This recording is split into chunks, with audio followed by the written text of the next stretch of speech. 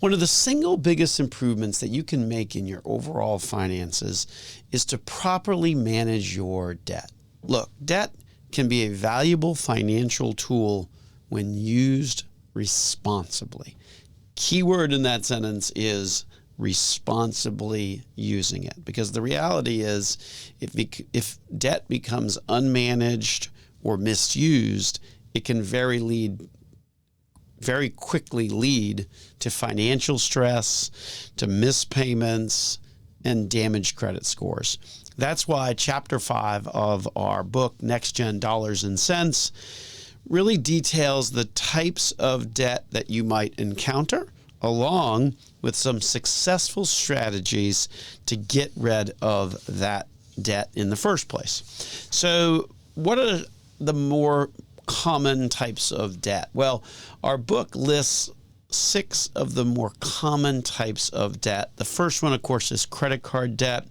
Credit card debt often comes with particularly high interest rates, making it really difficult to pay the balance off if you fall behind on paying those credit cards off each and every month, particularly in today's world with such high interest rates, as high as 30%.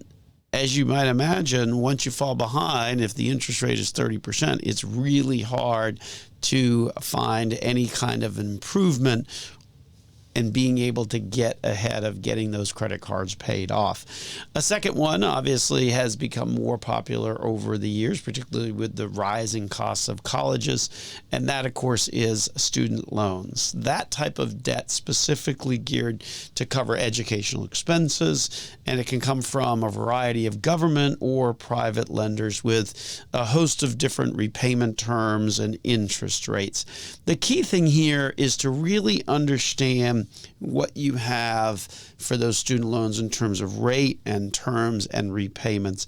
One of the biggest surprises that comes with student loans is that the interest accrues from the moment you take that loan out. So oftentimes at graduation, then you wind up owing a lot more than what you actually borrowed because of that interest accrual that's happening along the way. So certainly one of the things that you need to be aware of when it comes to that student loan debt. The next category is sort of loans that are more personal in nature. Typically, those are taken out for a specific purchase, such as home improvements or debt consolidation. Another category is auto loans. If you're buying a car, then you would use a loan to potentially purchase that car. Much like personal loans, auto loans can be either secured or unsecured, and what you're going to pay in terms of the interest rate is going to vary directly with your credit worthiness. The better your credit is, then the lower that interest rate is going to be. Certainly important to know what that credit score is and how it impacts your ability to borrow money. The fifth category of the types of debt that we describe in Chapter 5 of our book is the notion of mortgage debt. So a mortgage debt is debt that you use to take out to purchase a home. Chapter 14, which obviously will be a later video, has a lot more detail in the book about mortgages and how to repay and analyze mortgage debt and auto loans for that matter. So look for our video on Chapter 14, because that one will also cover auto loan debt and medical and mortgage debt in much greater detail. And then the last category of sort of those common types of debts that we mentioned in the book is medical debt, which unfortunately for more and more people these days in the era of higher healthcare costs is becoming more prevalent. So those are the 6 types of debt or categories of debt that you would be most likely to see.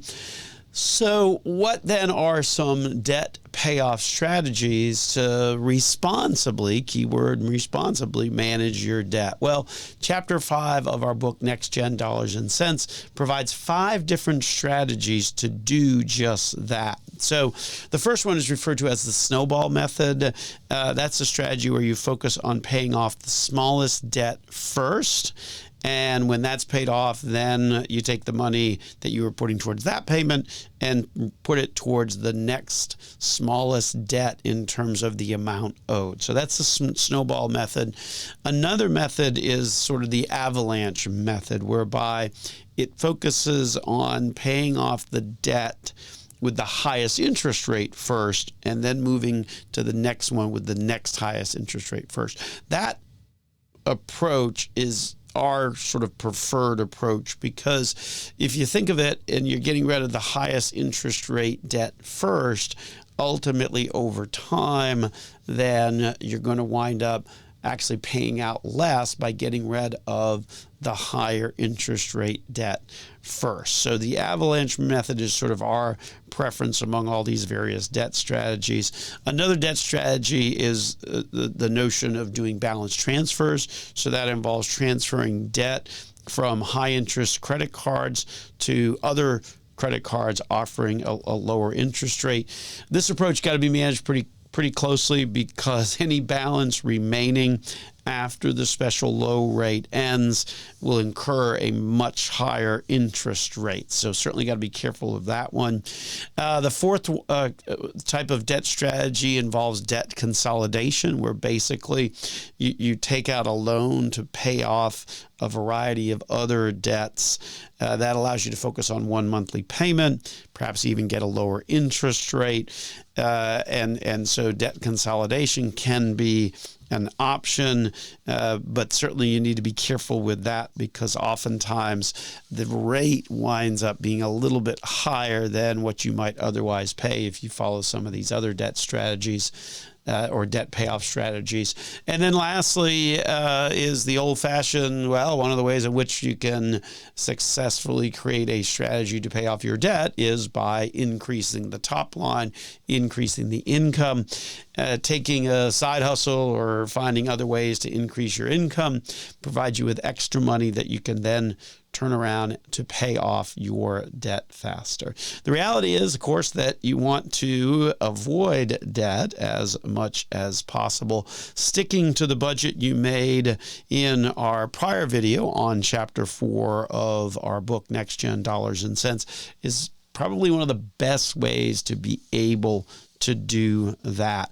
Of course, the book also discusses more extreme alternatives, such as debt negotiation, where you reach an agreement with your creditors to maybe change the repayment terms or the interest rates or the time period. It also gets into a discussion of the extreme alternative, or the most extreme alternative, which of course is bankruptcy, which really is needs to be viewed as sort of an option of last resort when it comes to your debt, because it does remain on your credit profile for up to 10 years. So that's clearly the more extreme case. For certainly you want to focus on some of these other debt strategies that we've talked about in this video as a way to try and manage that debt more responsibly. And certainly for more information about how you can better manage your debt and improve your finances, be sure to read all of Chapter 5 of our book, Next Gen Dollars and Cents. You can get a free copy of our book by texting free copy to 407-791-0070. That's 407-791-0070. My name, of course, is Joel Garris. I'm a certified financial planner,